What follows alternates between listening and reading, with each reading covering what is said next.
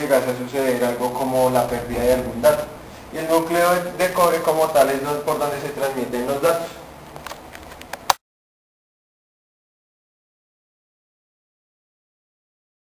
Ahora vamos a hablar acerca de la fibra óptica. La fibra óptica es un medio de transmisión de datos, ya sea analógico o digital. ¿En qué consiste este? Los rayos de la luz vienen efectuados por variantes o libremente como ondas electromagnéticas.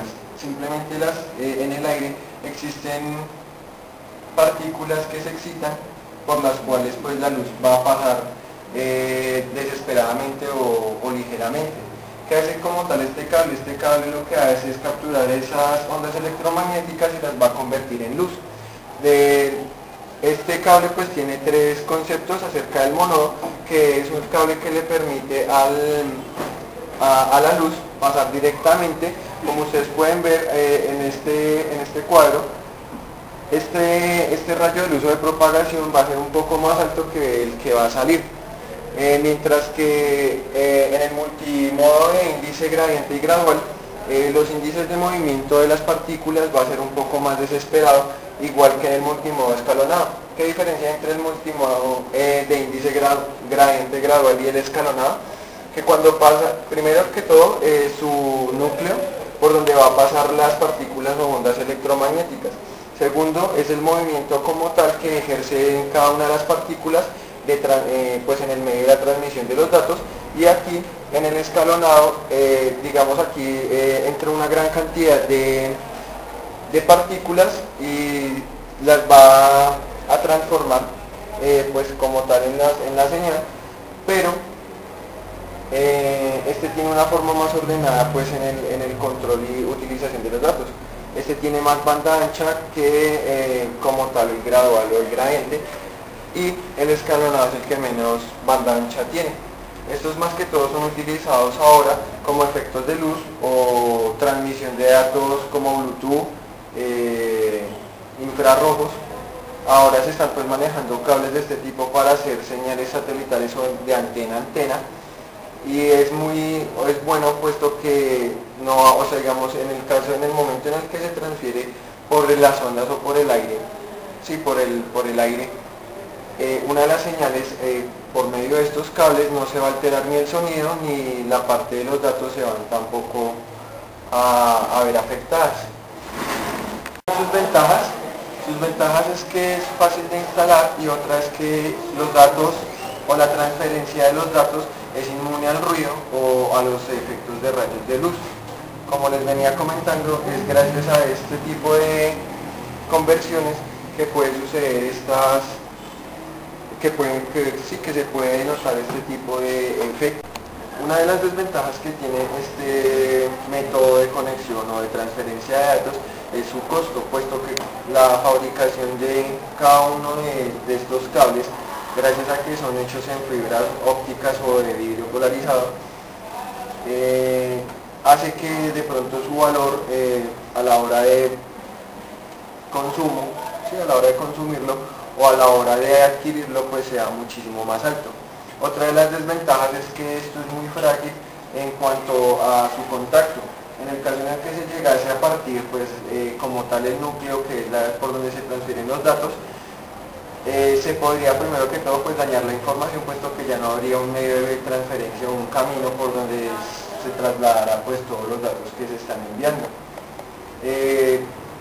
Aparte de esto pues se puede manejar en áreas grandes, áreas inmensas y áreas globales. En estos momentos pues también se está utilizando la parte satelital, lo que hace pues que las antenas envíen por medio de estas señales a los satélites que están en órbita pues todos los datos que se están enviando de allá para acá y de acá para allá.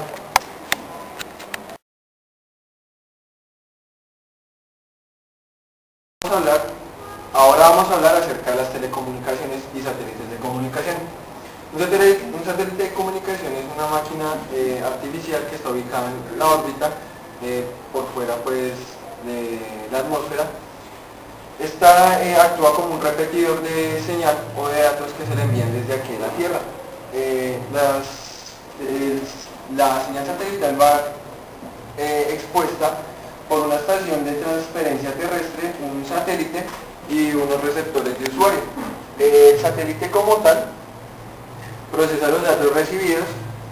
Si desde aquí, desde la estación terrestre, desea que se complemente la información, lo hace, o simplemente funciona como un espejo repetidor, teniendo en cuenta pues que este como tal es también una antena repetidora de lo que nosotros le enviamos allá.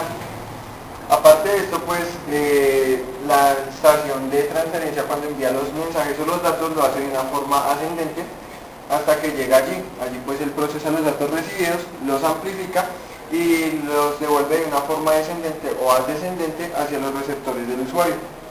¿Qué ventajas tiene pues este sistema de comunicación? Primero, la mayor cobertura. ¿Por qué? Porque las antenas y la parte de conexión física, como es el cableado estructurado, permite ciertas capacidades en cuanto a áreas de extensión. ¿A qué me refiero con esto? A que si de pronto el lugar al que se desea enviar un dato es muy lejano, extremadamente lejano, no va a poder llegar la información de una forma, puede ser completa o no llegar a la información. Por eso hablamos acerca de la cobertura. Segundo, teniendo en cuenta lo que es la cobertura, lo hace de una forma inmediata. Eso depende de los sectores donde se encuentre como tal el satélite. Las áreas donde, digamos, gocen o disfruten de tener el satélite encima de su extensión, permite la posibilidad de que los datos lleguen un poco más rápidos o una velocidad más avanzada y en el menor tiempo posible. Bueno, ahora vamos a hablar acerca de la televisión digital. Es la transmisión de imágenes en movimiento y su sonido asociado en la televisión mediante una señal digital, codificación binaria y a través de una red de repeticiones terrestres. La codificación digital de la información aporta diversas ventajas. Entre ellas se puede tener la de... Ahora sí. ¿Ya? Como se venía diciendo, pues las ventajas que se tienen acerca de la señal digital es la compresión primeramente de la señal para un excelente servicio. ¿En qué consiste como tal esto? Nosotros vamos a recibir una señal y esto lo que va a hacer es comprimirla, haciéndola o reduciéndola a un nivel de banda ancha menor, lo cual pues esa es como tal la ventaja, que no se va a necesitar de una banda ancha para que se pueda ver una señal buena y imágenes nítidas con movimiento, sino que por el contrario la banda se va a tender a disminuir hasta llegar a tecnologías pues un poco más avanzadas y más diminutas. Dentro de ella pues tenemos la compresión sin pérdidas, que es cuando la señal cuando llega siempre se van a tender a perder o si este compresor pues va a quitar o a eliminar todo lo que son redundancias. ¿En cuanto a qué? En cuanto a, digamos, imágenes, señales, datos, cualquier tipo de dato o información que se vaya a presentar dentro de, pues, a la hora de ver un programa. Y la compresión con pérdidas es aquellas que sí permiten la entrada de información redundante, pero esta lastimosamente pues va a hacer las interferencias como normalmente nosotros las vemos cuando se bloquea algún canal o hace interferencia, digamos, por ejemplo en un juego de fútbol. Cuando, digamos, están las compresiones con pérdidas, se cancela la señal analógica a digital. Consiste en la transcripción de señales analógicas en señales digitales, con el propósito de facilitar su procesamiento, codificación, comprensión, etc. Y hacer una señal resultante, la digital, más inmune al ruido y otras interferencias a las que son más sensibles las señales analógicas.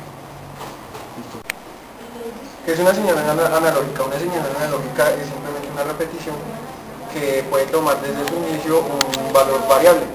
Una señal digital es una señal que ya codificada mantiene siempre pues con su inicio una parte fija después de haber sido transformada la señal analógica. Ahora vamos a hablar acerca de la conversión de una señal analógica a una señal digital. Primeramente pues tenemos la señal analógica, que es un número que no se puede definir. Lo pasamos a un muestrador que consiste pues en tomar las muestras periódicas de amplitud de la onda y la velocidad con la que se toman estas muestras. Esto quiere decir el número de muestras por segundo. Luego tenemos, pues, como les decía, por la parte del tiempo, una señal de tiempo discreto, que son la cantidad de muestreos que se toman por segundos. Pasaría a un cuantificador.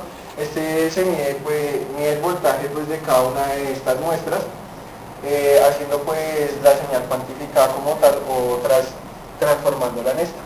Y esta señal pasa a un codificador, que es el que traduce todos los valores obtenidos durante el proceso de la cuantificación para pasarlos al código binario.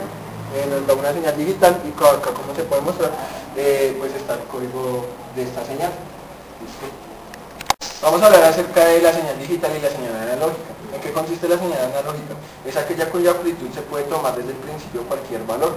La señal digital es aquella, pues, cuyas dimensiones tiempo y amplitud no son continuas, sino que por el contrario son discretas. ¿A qué se refiere con que son discretas? A que desde el punto de partida o inicio tiene que tener un valor fijo o un valor constante. Ahora vamos a hablar de la parte de las ventajas y las desventajas de lo que es la señal digital. Una de las ventajas que tiene la señal digital es que en el caso en el que llegase a suceder una perturbación leve o algún movimiento, pues, dentro de los datos, esta señal tiene la capacidad de corregirlos y restaurarlos o renovarlos. Otra de las ventajas que tiene es que su cableado es que cuenta con detección y corrección de errores, pues, en el caso en el que llegase a suceder las alteraciones leves o las perturbaciones. Además de esto, también es que cuenta con la facilidad de los procesos de la señal cuando se envía de un lugar hacia otro. Ahora vamos a hablar sobre las desventajas de la señal digital. Una de las desventajas, y creo que es la más importante, es que tiene primero que pasar por el proceso de la conversión de la analogía al código binario para, pues, hacerse digital. Y aparte de eso también tiene que hacer decodificaciones posteriores para su óptimo funcionamiento.